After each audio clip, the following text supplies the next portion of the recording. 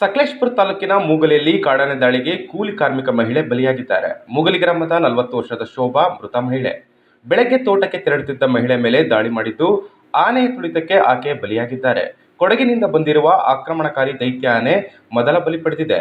ಮೃತ ಮಹಿಳೆ Shobha 1.5 acre coffee ತೋಟವನ್ನು ಹೊಂದಿದ್ದು, ತಾಯಿ ರಾಜಮ್ಮ ಅವರೊಂದಿಗೆ ನಡೆದುಕೊಂಡು ಹೋಗುತ್ತಿದ್ದಾಗ ಆನೆ ದಾಳಿ ಮಾಡಿದೆ.